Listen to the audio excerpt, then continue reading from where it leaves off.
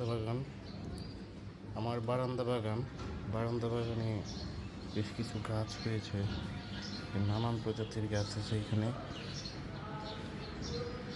শাক সবজি ফলমূল সব ধরনের গাছই আছে এখানে। অ্যালোভেরা, মাটি গোলাপ, তারপরে এখানে আছে করলা গাছ, পুঁই শাক, ফুল গাছ আছে, অ্যালোভেরা আছে, বেগুন গাছ আছে, গোলাপ, ক্যাকটাস, পাতাবাহার।